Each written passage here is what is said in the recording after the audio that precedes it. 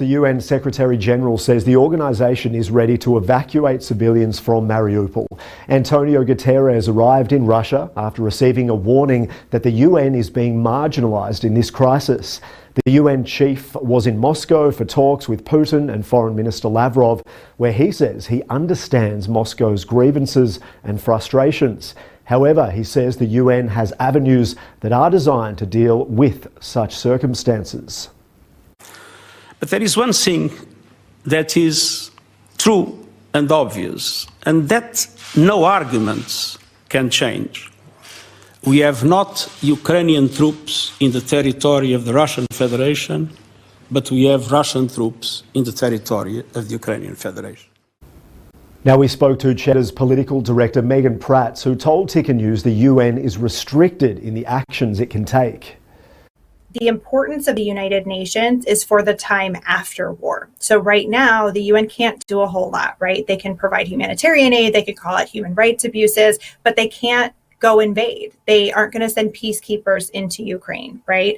But they need to be there to help uphold any peace agreement that's ultimately made. And I think that that's an interesting way to think about it. Today, I've sort of talked about there being two versions of the conflict right now. There's the war version, the one that's unfolding now, and there's the peace version, which is the one the United Nations would like to see happen. One is certainly unfolding with much more speed than the other, Holly.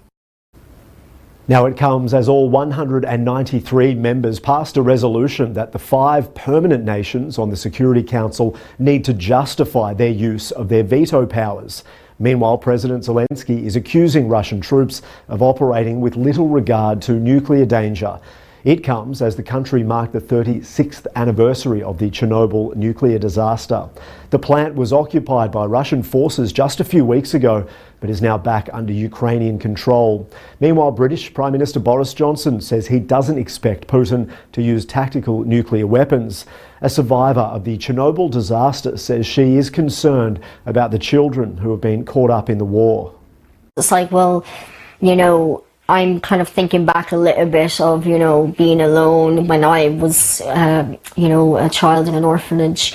I was kind of neglected in a way. So it's just that loneliness and watching them emotionally, and there's just a lot of emotion. And for more, we're joined by Allan Behm, Director of the International and Security Affairs Program at the Australia Institute. How are you today, Allan? Good to see you. You too, Adrian.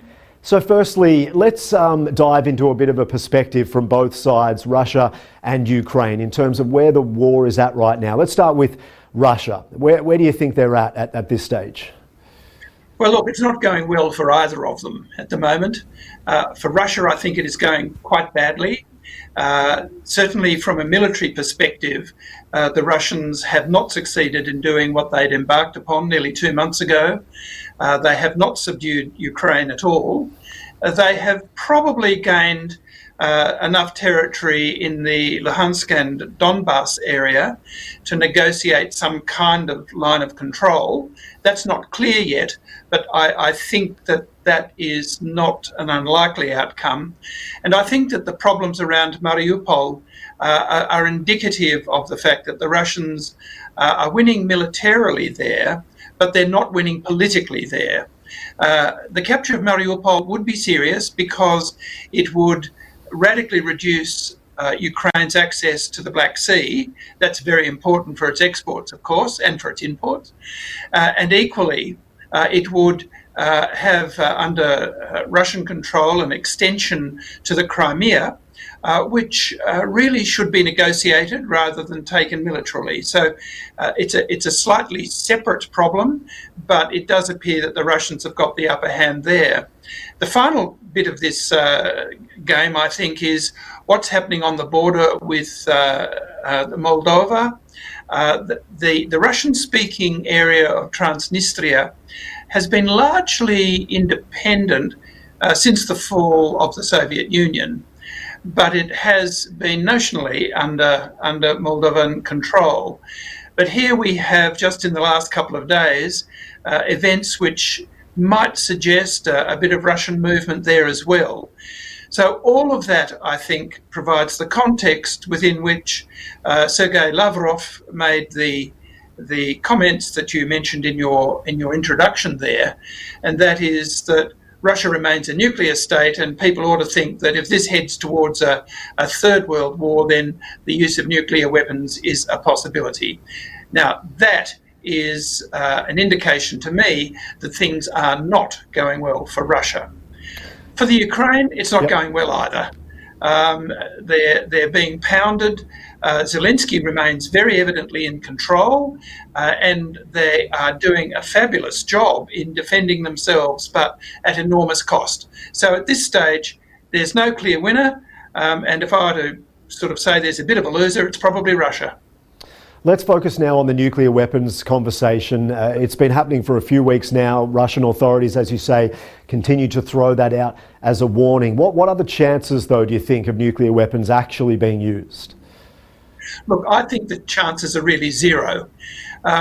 If we look at what happens when war breaks out, but particularly wars that involve a nuclear weapons state, the last thing that a nuclear weapons state will do is to resort to the use of its nuclear weapons where its adversaries are non-nuclear weapon countries. The best example of that is probably the Korean War, which, as you and your viewers know, is not actually over yet. And yet we've never seen China or the United States seriously contemplate the use of nuclear weapons to resolve that conflict. They didn't back in the 50s, and they certainly don't now. So I think we should just learn a bit of a lesson from history here, that resorting to the use of nuclear weapons is not really a last resort. It is the resort you take beyond the last resort. And for Russia to do that, the consequences, in my opinion, would be catastrophic for Russia. It would almost certainly be booted out of the UN. It would become an international pariah. It would probably be cut off from the world economy. And for those things to happen to a state of Russia's importance, and it is an important country, would be, I think, totally unthinkable for the Russian government. So I don't take the threat of nuclear use seriously. And in this case, I think Prime Minister Boris Johnson is quite correct. And Allan, just finally, obviously China, you mentioned there, continue to sit in the background, clearly watching on closely. Are there any lessons that China might be drawing, do you think, with respect to its interests in Taiwan? Look, I think China would be learning enormous lessons out of this. The first one is, don't go to war unless you have to. Russia's not done well here.